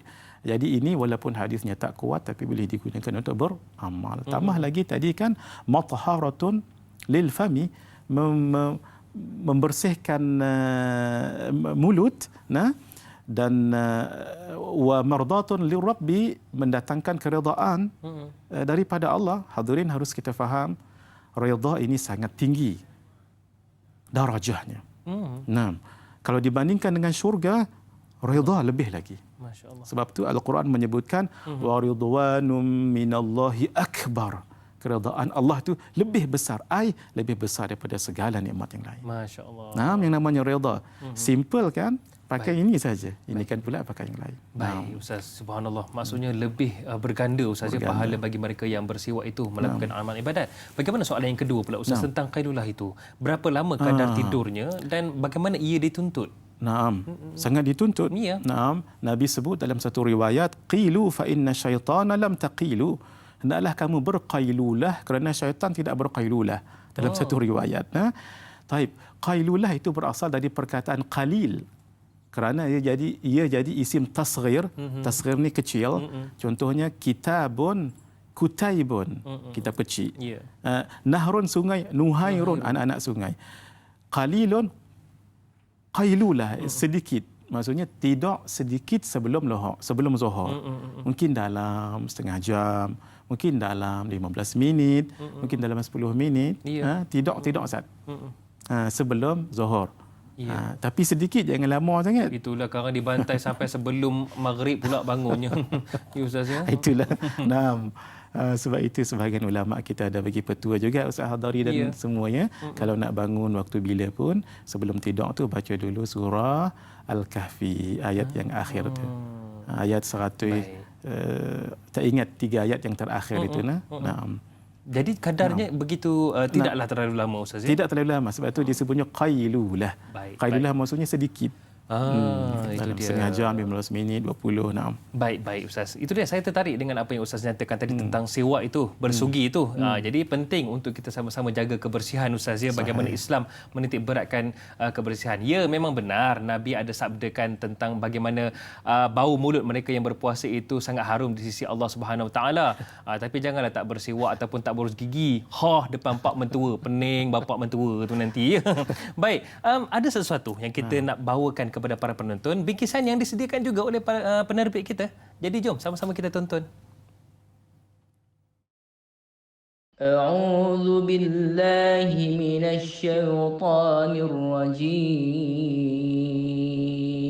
Fa'aminu billahi wa rasulihin nabiyil ummiyil ladzi yu'minu billahi wa kalimatihi واتبعوه لعلكم تهتدون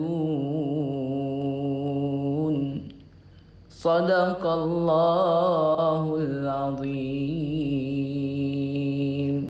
Oleh itu, berimanlah kamu kepada Allah dan Rasul-Nya, Nabi yang ummi yang beriman kepada Allah dan kalimah-kalimahnya, kitab-kitabnya, dan ikutilah dia, Rasulullah sallallahu alaihi wasallam, supaya kamu beroleh hidayah petunjuk. Surah Al-A'raf ayat 158.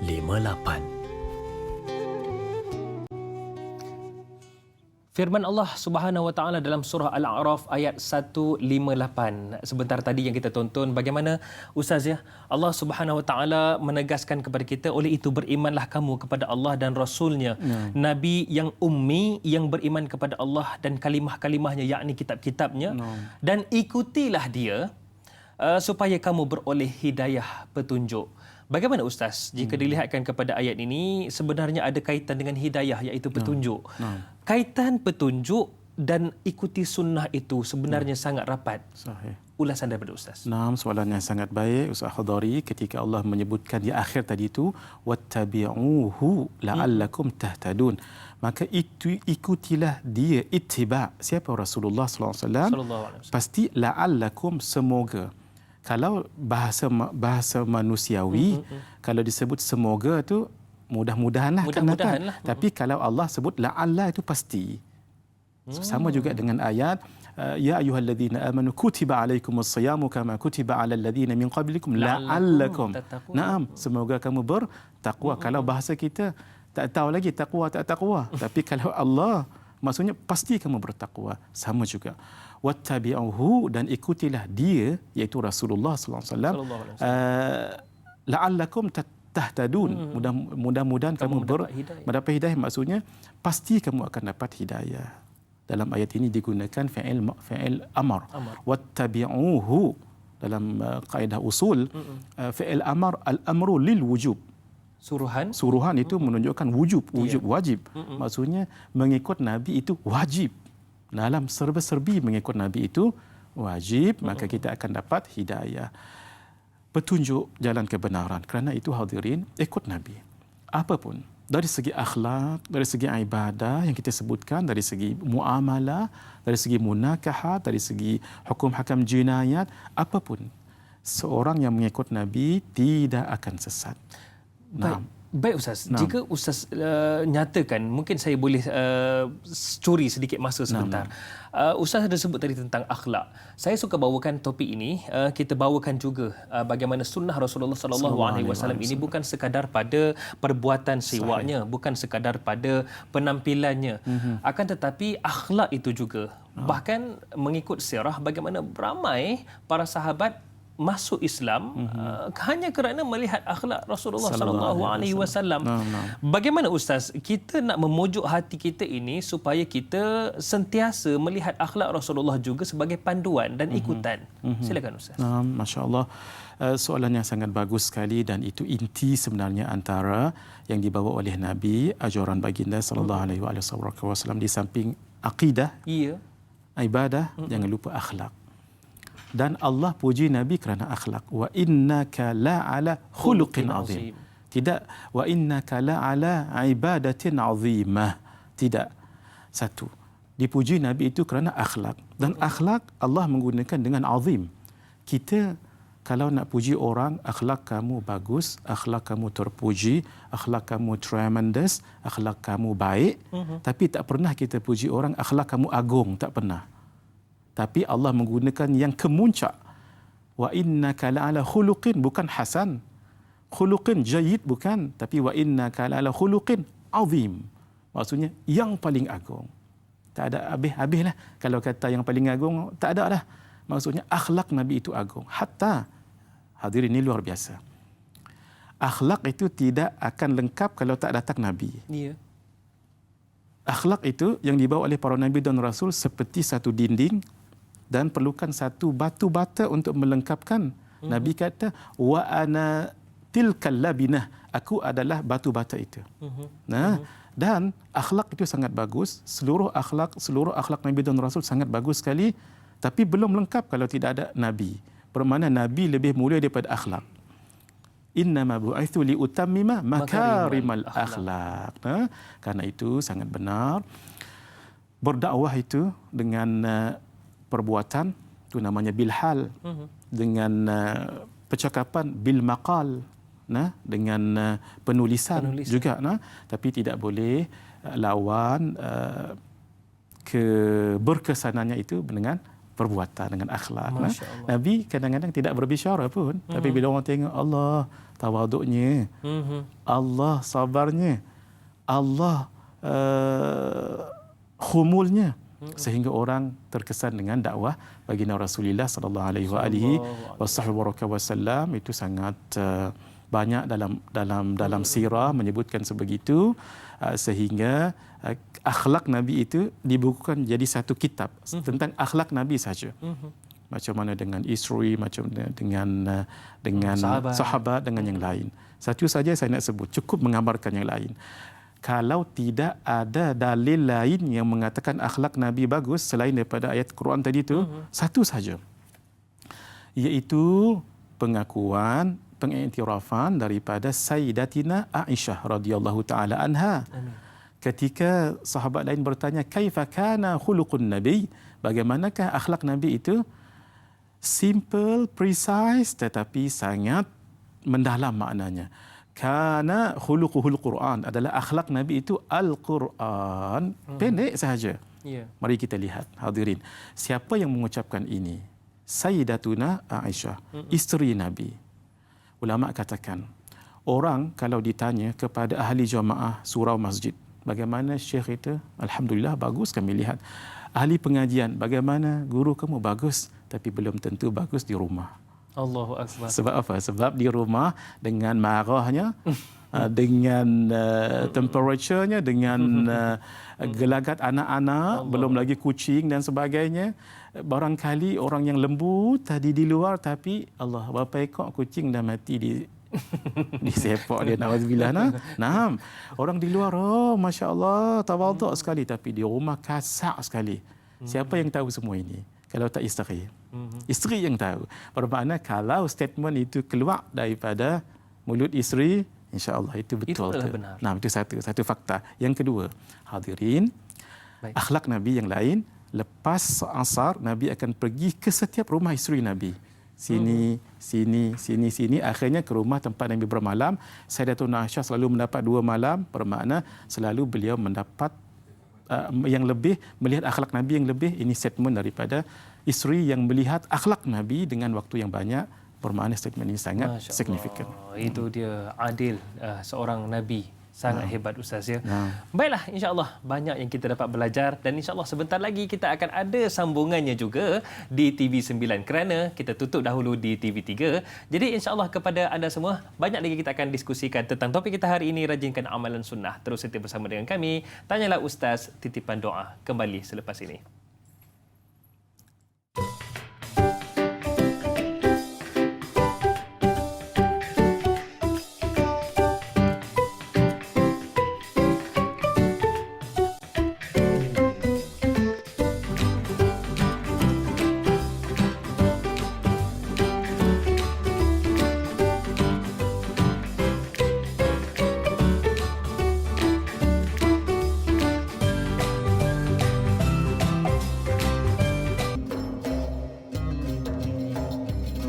Setiap hari kami bawakan kepada anda semua pelbagai topik yang berbeza dan kita bawakan juga ahli panel ataupun para asatizah yang begitu hebat dalam ilmunya.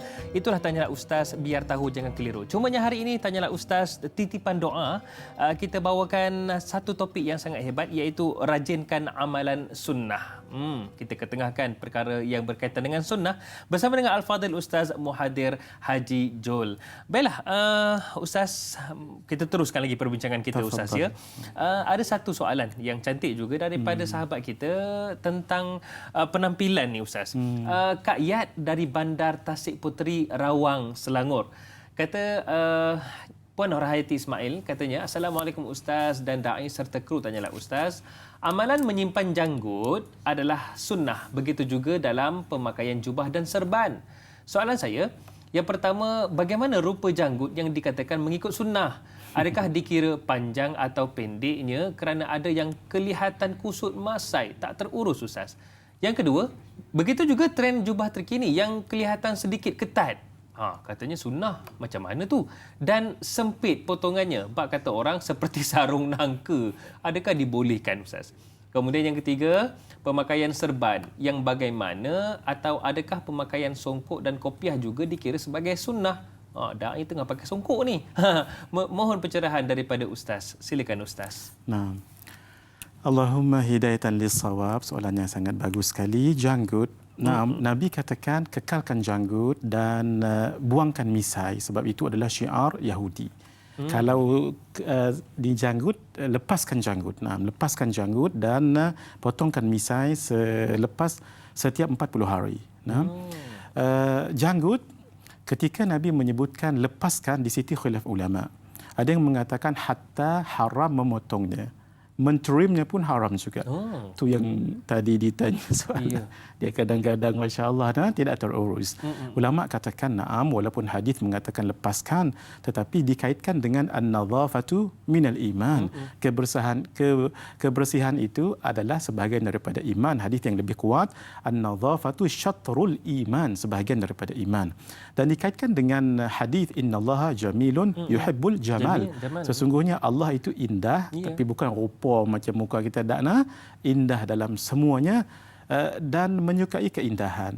Ternyata kalau orang yang berjanggut yang tebal, terutama sekali orang yang ada mungkin berketurunan Arab ataupun Indian subcontinent, Masya Allah cepat sekali rambut itu, sangat bagus ya. Tapi kalau tidak dijaga, Allahu Akbar, kita pun kadang-kadang takut juga kadang-kadang sampai naik ke muka. Kita jadi nampak macam black. Sebab ada setengah tetap berpegang sunat dilepaskan. Maksudnya jangan ditrim, jangan diapa. Kita katakan tidak begitu. Hendaklah ditrim supaya jangan jadi nampak pelik. Dan kita kan berdakwah tadi kan sahadarina, dakwah itu kan da'a memanggil. Kalau penampilan kita sahaja menggerunkan, bila orang nak mai. Jadi kerana itu sangat penting dalam dakwah itu, bukan hanya contains tetapi kandungan tidak, tetapi juga. Penampilan itu sangat penting sekali. Naam. Kemudian panjang mana janggut? Hak inilah kita kata tengok orang. Kalau orang tak ada janggut lagu mana? Nah, kalau orang jenis tak ada janggut. Lagu mana macam saya. Itulah penonton dia tengok ustaz tak panjang pun katanya. Pasal abang Amai lah ni kadang-kadang dah tanya keturunan kami tak ada janggut. Keturunan tok saya tengok tok saya kat atas, pok saya tak ada janggut. Saya ni nak berlatih-latih itu pun sayang ni Ustaz. Jadi kalau orang tak ada janggut nak buat macam mana kan? Saya teringat sikit saja seorang syekh yang alim, orang Melayu kita asal Banjar, Syekh Abdul Karim Al-Banjari. Beliau duduk di Makkah dan mengajar di Masjidil Haram. Tak ada janggut dia. Orang Arab mah, ya Syekh anta tudarris, Syekh kamu mengajar juga kah? Ya, seperti mana kamu lihat. Fin lihyak, mana janggutmu? Orang Arab duk tanya. Kamu mengajak, mana janggut kamu? Biasa Tok Syekh ada janggut. Dia kata, dullani ala suqil lihyah. Tunjukkan saya tang mana pasar jual janggut. Saya nak beli buah tang ni. Dia memang tak ada keturunannya, tak ada janggut lagu tu. Baik. Kalau orang yang ada janggut, alhamdulillah tu satu kurniaan Allah. Macam saudari kita cantik, masya-Allah. Dan dijaga.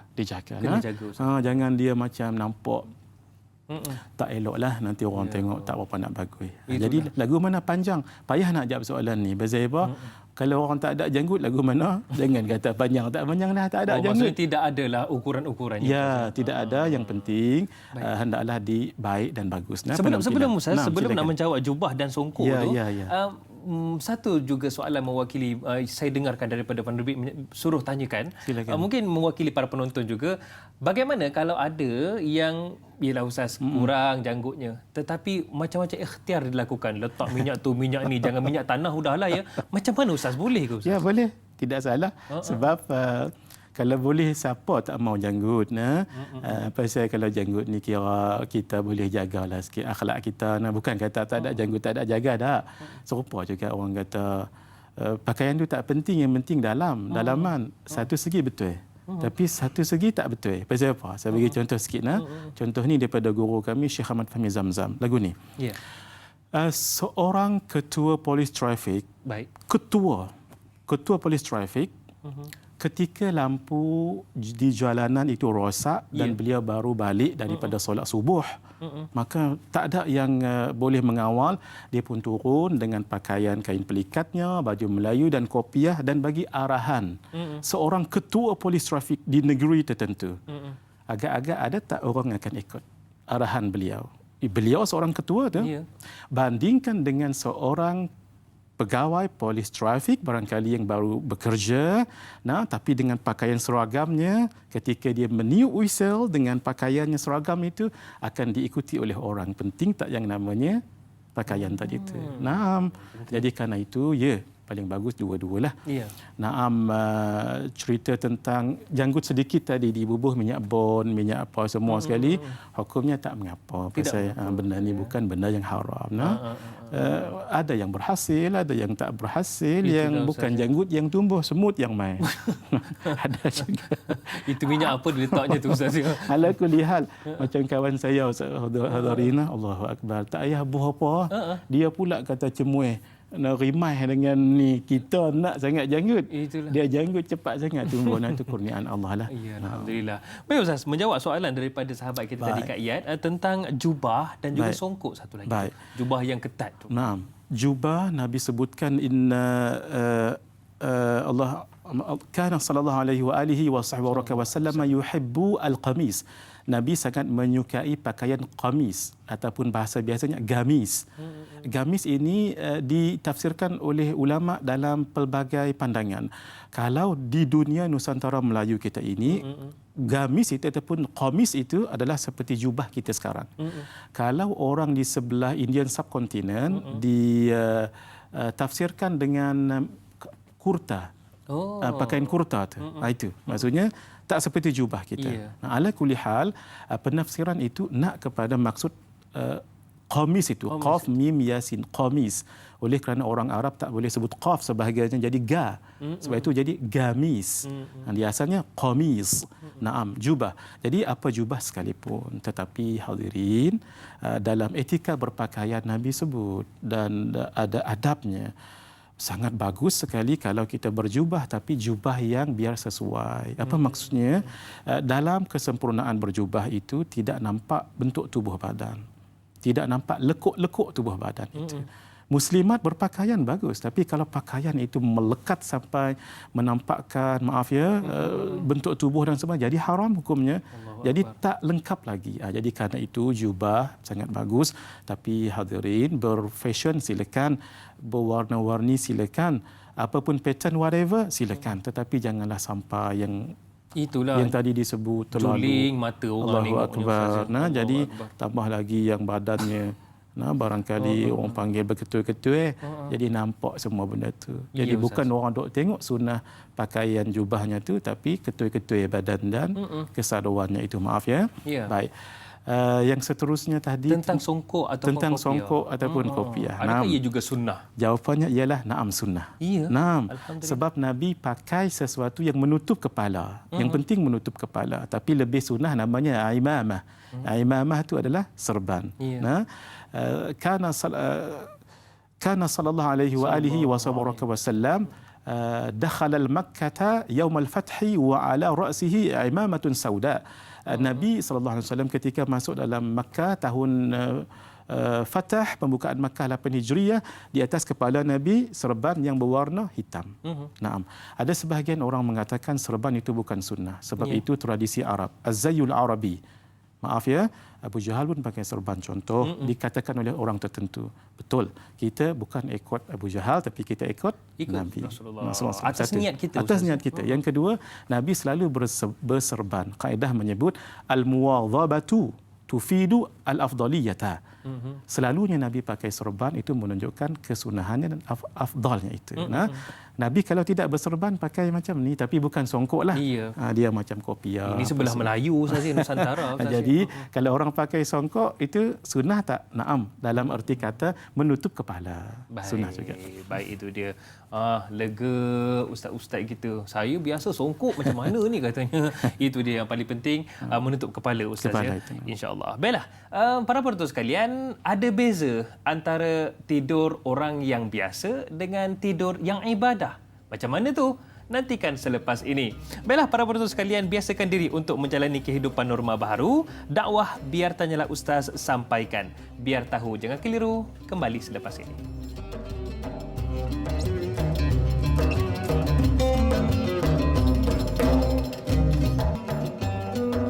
Para penonton sekalian, kembali bersama Tanyalah Ustaz Titipan Doa. Setiap hari kita ada ilmu-ilmu baru. Cumanya hari ini kita bawakan tentang rajinkan amalan sunnah. Sebelum nak bersama kembali dengan Al-Fadhil Ustaz Muhadir Haji Jul, saya nak tanyakan satu soalan. Ramadan kita, tuan-tuan puan-puan, sudah hampir ke pertengahannya. Hari ini 12 Ramadan.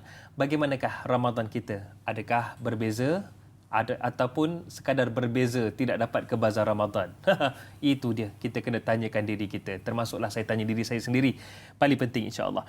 Baiklah, Al-Fadhil Ustaz Muhadir Haji Jul masih lagi bersama dengan kita. Rajinkan amalan sunnah, itu topik kita.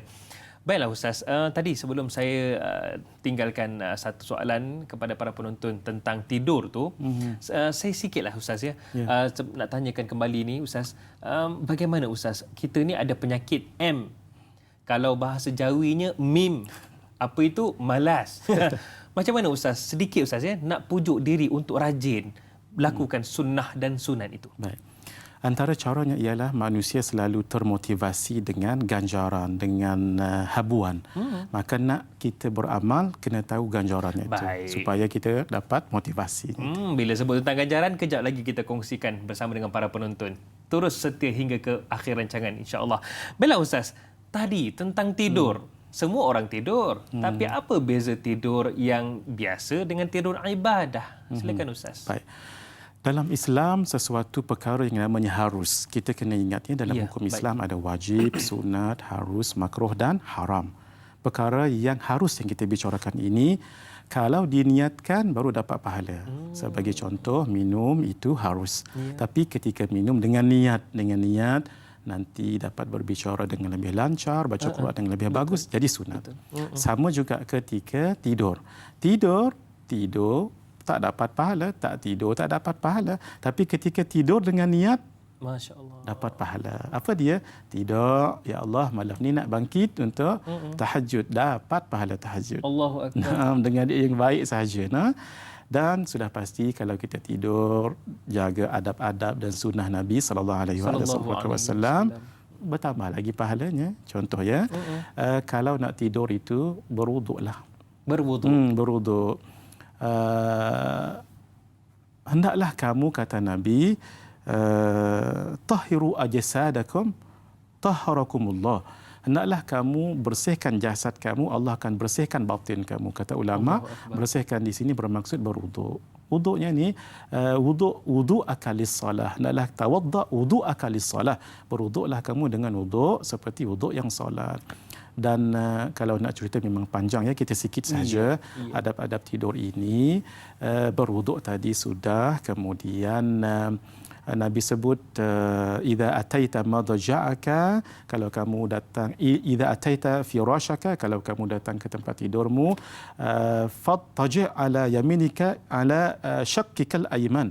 Hendaklah kamu tidur mengiring sebelah kanan. Mengiring sebelah kanan. Kenapa mengiring sebelah kanan? Sebab jantung kita ini kalau kita mengiring sebegini, dia cantik kedudukannya. Kalau meniarap ataupun menelentang, jantung terlekat kepada badan. Kalau begini sangat cantik sekali. Di samping ikut sunnah Nabi. Kemudian jangan lupa baca doa tidur yang paling simple. Bismikallahumma ahya wa amut. Sebahagian sunnah Nabi juga letakkan tangan ni ke pipi begini. Itu sebelum tidur. Tengah tidur siapa tak tahu. Itu letak sedar. Itu tak sedar tak apa. Kemudian baca doa tidur. Jangan lupa baca doa tidur. Nabi sebut siapa baca doa ni dan dia meninggal, idza qara, bila kamu baca ini famitta dan kamu tidur, famitta alal fitrah, kamu akan meninggal dalam keadaan fitrah. Supaya kita jangan meninggal dalam tidur. Kalau dalam tidur pun kita meninggal jadi fitrah. Antara doanya, Allahumma inni aslamtu nafsi ilaik wa tawajjahtu wajhi ilaik wa alja'tu dhahri wa fawwadtu amri ilaik wa alja'tu dhahri ilaik raghbatan wa rahbatan ilaik la malja'a wa la manja minka illa ilaik. Amantu bi kitabika alladhi anzalt wa bi nabiyyika alladhi arsalt. Itu adalah doa sebelum tidur. Masya Allah. Mungkin Ustaz boleh kongsikan juga di Facebook Ustaz ya selepas ini untuk ataupun di Instagram Ustaz tentang doa ini supaya kita dapat sama-sama rujuk. Allahu Akbar. Jarang dengar Ustaz doa tu. InsyaAllah moga-moga kita boleh amalkan. Baik Ustaz, tadi tentang makan pun kita dah cerita dah Ustaz, buka puasa dengan kurma. Tidur pun dah cerita. Ini kita nak tanya tentang makan, cara makan pula ni Ustaz ya. Soalan daripada Mazni Hassan di WhatsApp. Katanya, Assalamualaikum warahmatullahi wabarakatuh. Ustaz, da'i serta kru yang terlibat. Ada diriwayatkan bahawa Nabi makan kurma dengan 3 jari, iaitu ibu jari, telunjuk dan jari tengah. Bagi kita yang makan nasi pula, dikatakan bolehlah makan dengan 3 suapan pertama jika hendak mengikut sunnah, juga dengan 3 jari tadilah Ustaz ya. Soalan saya, bagaimana dengan maksud 3 suapan itu? Kemudian yang kedua, kita juga tahu bahawa memakan garam, sedikit garam ya, bukan satu paketnya. Memakan garam juga adalah sunnah Rasulullah SAW kerana garam itu dikatakan sebagai penawar paling mujarab dalam merawat keracunan makanan dan boleh menjadi penghalang daripada sihir. Bagaimana cara yang sebetulnya untuk kita makan garam tersebut? Jika tersilap cara, boleh jadi kemudaratan, darah tinggi pula. Mohon pencerahan daripada Ustaz. Soalan yang sangat bagus. Nabi makan memang dengan 3 jari. Itu 3 jari sebegini. Jari telunjuk, itu namanya sababah. Jari tengah, itu namanya wusta. Dan Nabi dan jari ibu, itu namanya ibham. Baik. Memang Nabi makan macam tu. Nak tunjuknya apa? Nabi tak makan banyak. Tidak makan banyak. Kemudian makanan orang Arab ni biasanya roti. Jadi senanglah dia pecah lagu tu. Memang caranya pun menggunakan 3 jari. 3 jari, naam. Jadi kita makan nasi ni lagu mana? Bila nak habis? Kalau makan mi bila nak habis? Jadi kita guna kaedah ma la yudraku juluh la yudraku kullu. Apa tak boleh buat semua, jangan tinggal semua. Jadi eloklah tadi 3 suapan pertama pun tak apa. 3, 7 pun tak apa, ambil hak ganjil. Untuk mengikut sunnah itu. Untuk ikut sunnah. Saya gitu dia 5 tak apa. Geram lah rasanya. Tak cukup. Jadi bermakna kita tak boleh dah amal sunnah tadi itu sepenuhnya, tapi kita amal yang sedapatnya. Tapi amalan sunnah lain jangan pula kita tak amal. Contohnya makan dengan tangan kanan. Betul, kemudian makan dulu di tepi kita. Nah, Nabi kalau makan Nabi tak makan dengan pinggan kecil-kecil kita ni nah. Jadi Nabi makan dengan pinggan yang banyak. Kalau kita kata talam lah, supaya Nabi ramai orang dapat makan. Masya Allah. Itu antara sunnah Nabi juga ya. Kemudian kalau makanan tu di bubuh tengah, jangan tangan kita jangkau tengah sana. Jangan terus pergi ke sana. Ambil dekat ni lah. Betul, ambil sikit nah, gitu. Kemudian Nabi banyakkan kunyah ketika makan. Tu yang antara dari segi digest tu memang gitu, jangan makan telan hilang dia sebagian ulah terlupa kunyah tu. Masya Allah. Tengok makanan lah, kalau ayak jangan dikunyah dah.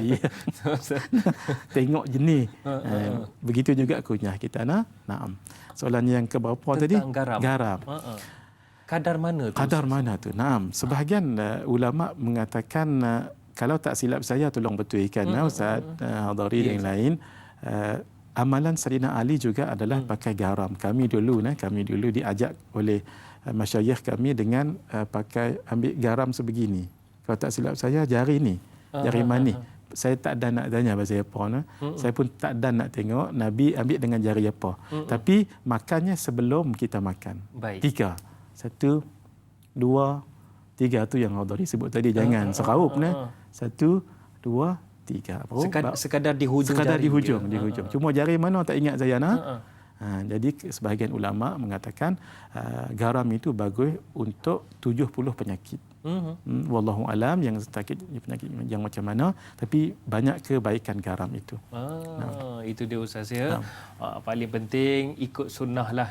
Jangan ikut nafsu. Sekarang halang-halang dah boleh penyembuh penyakit, 1 paket garam lah katanya.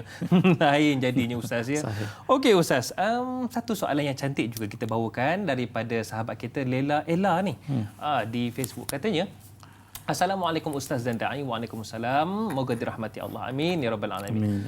Apakah hikmah atau ganjaran yang dijanjikan di dunia dan juga di akhirat kelak bagi orang yang sentiasa istiqamah ataupun konsisten dalam mengerjakan sunnah-sunnah Rasulullah sallallahu alaihi wasallam? Mungkin juga Ustaz ini sebagai kesimpulan. Ini yang disebut sebagai ganjaran tadi Ustaz nak sentuh untuk kita memujuk hati yang ada penyakit M tu Ustaz. Masya-Allah, tabarakallah, sahih. Soalan yang sangat bagus. Siapa yang tak mau dekat dengan Rasulullah sallallahu alaihi wasallam? Semua orang mahu kan, bermakna ikut apa yang Nabi buat. Fatashabbahu fa illam takunu mithlahum inna tashabbuha bil kirami falahu. Maka hendaklah kamu ikut orang yang baik walaupun kamu tak seperti mereka, kerana mengikuti orang yang baik itu adalah satu kejayaan. Tambah lagi Nabi kita kan, naklah kita ikut. Hubbuka dalam nazam menyebutkan sebegini, pepatah Arab menyebutkan sebegini, lau kana hubbuka sadiqan la ata'tahu innal muhibba lima yuhibbu muti'u. Kalau benar cintamu kepada orang yang kau cintai, pasti kamu akan taat padanya. Buat apa yang disuruh, tinggalkan apa yang dilarang. Kerana orang yang mencintai orang itu, dia taat kepadanya. Begitu juga kita amalkan sunnah Nabi SAW. 1, sudah pahalanya besar. Tambah yang kedua, istiqamah. Allah, doa pendek diajar oleh Sayyidina Ibnu Abbas radhiyallahu taala anhuma, disebutkan oleh Al-Imam Ibn Kathir dalam kitabnya Tafsir Al-Quran Al-Azim. Pendek je. Allahumma rzuqnal istiqamah. Tu ya. Ya Allah, rezekikan kami istiqamah. Rupanya istiqamah ni rezeki. Istiqamah ni rezeki. Sebab kadang-kadang orang buat tapi tinggal. Sekejap sahaja. Lebih baik yang sedikit supaya konsisten, itu lebih bagus. Jadi macam mana istiqamah kan, tak dapat buat yang banyak, buat yang sikit-sikit dahulu. Ganjaran di dunia memang sudah pasti disukai oleh Nabi SAW. Pahalanya tadi pun sangat besar dan dapat petunjuk kita sebutkan tadi. Setiap satu sunnah kita tak ada masa je. Kalau dak satu-satu, yang mula-mula ingat tak tadi? Betul. Kita kata kaki jangan tu kan. Allah, kalau kata hak tu saja nak cerita, cukup banyak sangat nak. berganjaran sangat besar sekali di dunia. Di hari akhirat sudah pasti dikenali oleh Nabi sallallahu alaihi wasallam.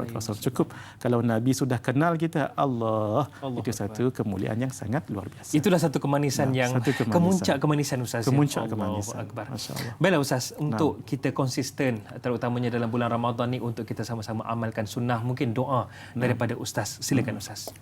Bismillahirrahmanirrahim. Alhamdulillahirabbil alamin wassalatu wassalamu ala asyrafil anbiya'i wal mursalin wa ala alihi washabbihi ajma'in.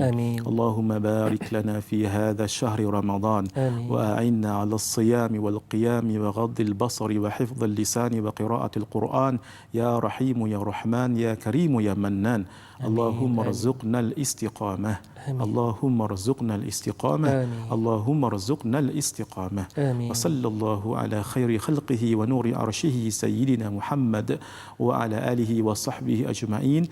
Waj'alna minal ladzina tajri min tahtihim al-anharu fi jannatin na'im alladhina da'wahum fiha subhanaka Allahumma wa tahiyyatuhum fiha salam wa akhiru da'wahum anil hamdulillahi rabbil alamin. Amin amin ya rabbal alamin. Terima kasih Al-Fadhil Ustaz Muhadir Haji Jul atas perkongsian topik kita hari ini, rajinkan amalan sunnah. InsyaAllah kita akan bersama di masa hadapannya, insyaAllah.